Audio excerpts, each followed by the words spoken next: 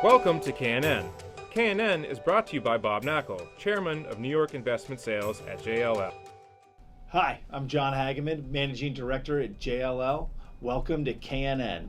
Today I'm here with Bob Knakal, Chairman of New York Investment Sales, and today we're going to talk about the 2019 year-end investment sales numbers. So Bob, here we are in January, and whenever we do these year-end summary episodes, we always like to look back historically to see where we were in the market. Why don't you start there, then we can talk about what the year-end of 2019 looked like.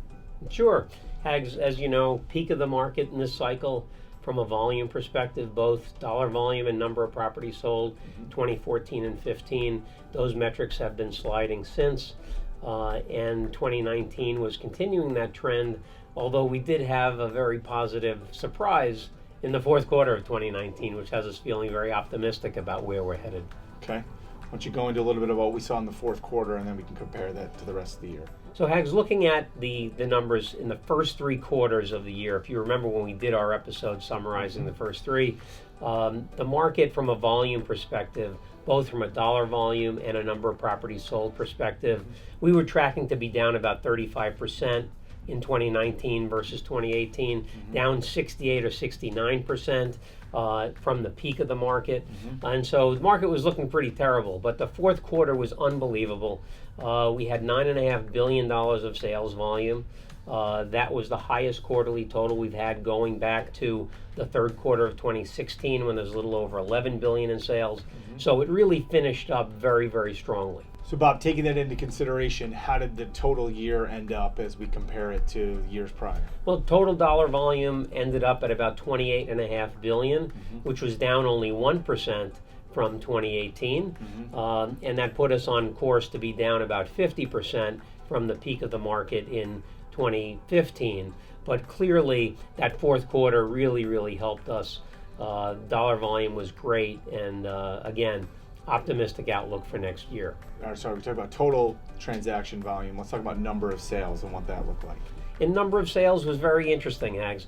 We only had 50 transactions above $10 million, and I should specify we're talking about the market for Manhattan, south of 96 on the east side, south of 110 on the west side. Deals over $10 million. There were only 50 trades in the fourth quarter. That was the lowest quarterly total we've had going back to the second quarter of 2013. So the number was very low. So you look at the juxtaposition of these two metrics. 50 sales, $9.5 billion of volume. What that did is it put our average price per transaction at $190 million for the year, which is the highest average we've ever seen. So what that means is that a lot of the trades that were going on were very substantial properties.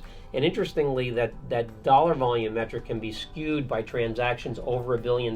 So you would think there were a number of them over $1 billion. There was only one over $1 billion. So this was done by a lot of those $200, $300, $400 million trades that made the average come out to be $190 million. But a great number, no matter how you slice it. So the 50 trades in the fourth quarter alone, how does that compare to the first three quarters, and where do we end up on a total average throughout the year? Great question. In total, we had 216 trades over 10 million in Manhattan last year. That was down 11% from 2018 and was down 55% from the peak of the market. So still well below where we were at the peak. But we see optimism for the future based on the activity we're seeing in the market. The $9.5 billion was a great quarterly total. There seems to be a lot of transactions that are under contract now. There's more products coming to market. The bid-ask spread is compressing a little bit, mainly because sellers are starting to get in tune with the new market conditions, and interest rates have been so low that it's allowing investors to underwrite slightly differently, so maybe they can help close the gap as well. So those conditions are leading to a very optimistic forecast for 2020.